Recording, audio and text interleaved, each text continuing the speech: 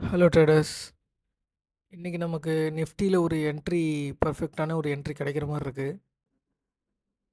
அதே மாதிரி இன்ட்ராடேயில் stock trading, அதுக்கப்புறம் ஆப்ஷன்ஸ் ட்ரேடிங், அது பற்றின நாலேஜ் கற்றுக்கணும் அப்படின்னா நம்ம சேனலை சப்ஸ்கிரைப் பண்ணி வச்சுக்கோங்க.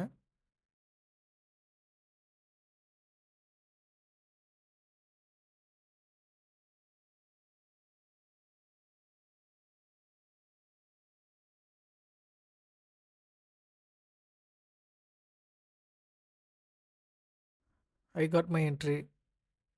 இதான் ஸ்டாப் லாஸ், இதுதான் டார்கெட். ஏன் டார்கெட் இங்கே வைக்கிறேன் அப்படின்னா இதுதான் இன்றைக்கி டே ஓப்பனிங்கோட ப்ரைஸ்.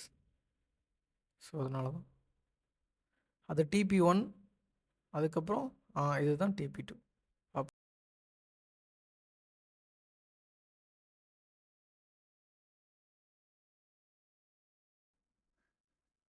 இந்த இடத்துல நிறைய பேர் என்ட்ரி எடுப்பாங்க. எப்படின்னா இந்த இடம் என்ட்ரி வச்சு எஸ்எல் இங்கே வைப்பாங்க.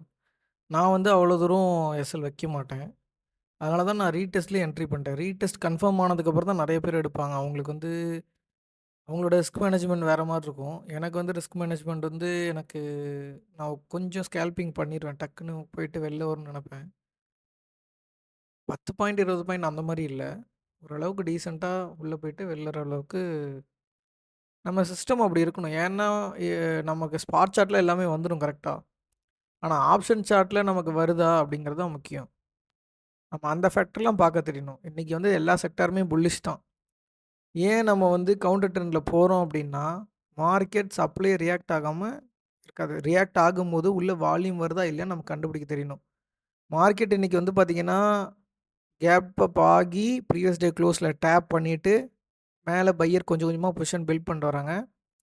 அந்த செல்லிங் ஏரியா வந்ததுக்கப்புறம் அவங்களால அந்த இடத்த பிரேக் பண்ண முடியல.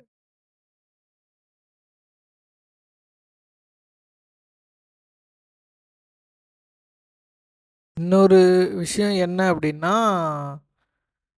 நம்ம எல்லா நாளும் என்ட்ரி எடுக்க போகிறதில்ல. நிஃப்டி பார்த்தீங்கன்னா எனக்கு பர் மந்த் 5 ஆர் 6 ட்ரேட் தான் கிடைக்கும். அது அக்யூரசி. ஏன்னா ஆப்ஷன் பையிங் அப்படிங்கிறது பார்த்தீங்கன்னா 33% தான் ஆப்ஷன் பையிங்கோட டே. மீதி 66% ஆப்ஷன் செல்லர்ஸோட டே தான் கன்சல்டேஷனில் தான் இருக்கும்.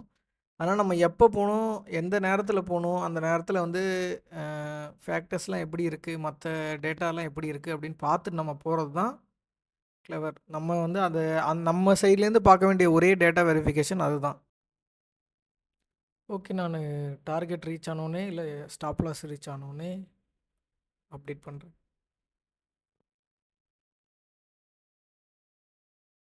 மார்க்கெட் அகெயின் என்ட்ரி ஏரியாக்கே வந்திருக்கு. பேனிக்கில் நிறைய பேர் செல் பண்ணுவாங்க. பார்ப்போம். ஆவரேஜாக இங்கே செல் பண்ணியிருக்க எல்லாருமே பார்த்திங்கன்னா ஓகே, அவங்களுக்கு ஓரளவுக்கு ப்ராஃபிட் புக்கிங் ஆகிருக்கும்.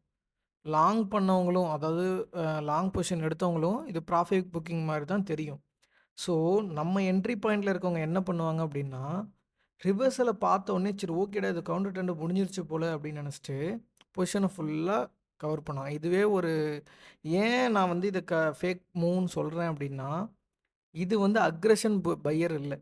ஸோ அக்ரெஷன் பையர்னால் first tap, second tap, third டேப்லேயே அக்ரெஷன் பையர் வந்திருக்கணும். ஃபோர்த்து டேப்பில் தான் பார்த்திங்கன்னா அக்ரெஷன் பையர் உள்ளே வந்திருக்கிறாங்க அப்படின்னாலும் அது இம்பல்சிவாக போகணும். இது இம்பல்சிவான மூவ் மாதிரி எனக்கு தெரியல. ஸோ நம்ம பொசிஷனை நம்ம ஹோல்டு பண்ணோம், பார்க்கலாம். இதுதான் டெலகிராம் சேனல். நான் இந்த டெலகிராம் சேனல் எதுக்காகனா கால்ஸ்க்கோ டிப்ஸ்க்கோ அதுக்காக இல்லை. ஜஸ்ட்டு ஒரு நாலேஜ் பர்பஸ்க்காக தான் வச்சுருக்கேன். ஜஸ்ட்டு ஒரு கம்யூனிட்டி பீப்புள்ஸ் எல்லாமே trading community, Tamil community create பண்ணலாம் அப்படின்னு ஒரு சின்ன ஐடியா. இப்போ தான் ஸ்டார்ட் பண்ணியிருக்கேன். யூடியூப்பும் இப்போ தான் ஸ்டார்ட் பண்ணேன். எல்லாமே இப்போ தான் ஸ்டார்ட் பண்ணியிருக்கேன். ஜஸ்ட் இது ஒரு ஹாபி அந்த டைப் தான். ஒரு எஜுகேஷன் பர்பஸ்க்காக தான். இன்ட்ரெஸ்டட் பீப்புள் ஜாயின் பண்ணிக்கங்க.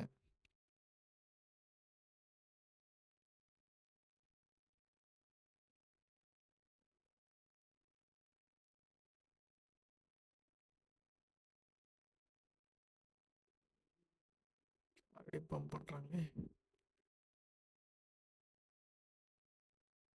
செல்லர்ஸோட மூவ் தான் இது. ஆக்சுவலாக பார்த்தீங்கன்னா செல்லர்ஸ் அக்ரெசிவாக இறக்கியிருக்காங்க. மறுபடியும் அக்ரெஷனாக இந்த அக்ரஷன் பார்த்தீங்கன்னா, செல்லர்ஸோட பாருங்க இம்பல்சிவ் பாருங்க. பையர்ஸ் வந்து கேண்டில்குள்ளேயே தான் ஓப்பன் ஆயிருக்கு பிரைஸ்.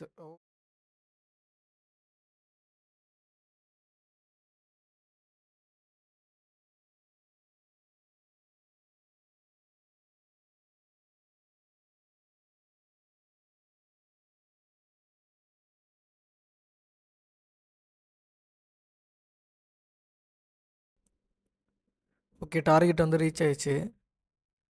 ஸோ நம்ம இந்த என்ட்ரியிலேருந்து அந்த இடத்துல எக்ஸிட் ஆகாம வெயிட் பண்ணதுக்கான பேஷன்ஸ் தான் நமக்கு டார்கெட்டு கிடச்சிருக்கே ஒழிய, நம்ம வந்து கேம்பிள் பண்ணல.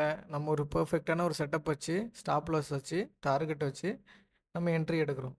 ஸோ அதுக்கு என்ட்ரிக்கு கரெக்டான ஒரு டார்கெட் வைக்க தெரியணும். என்ட்ரி பாயிண்ட்டை நம்ம கரெக்டாக அனலைஸ் பண்ண தெரியணும்.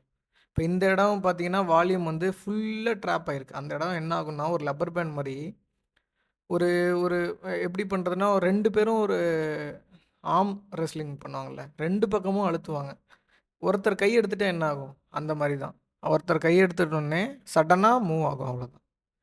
ஓகே. நாளைக்கு பார்க்கலாம். பாய்.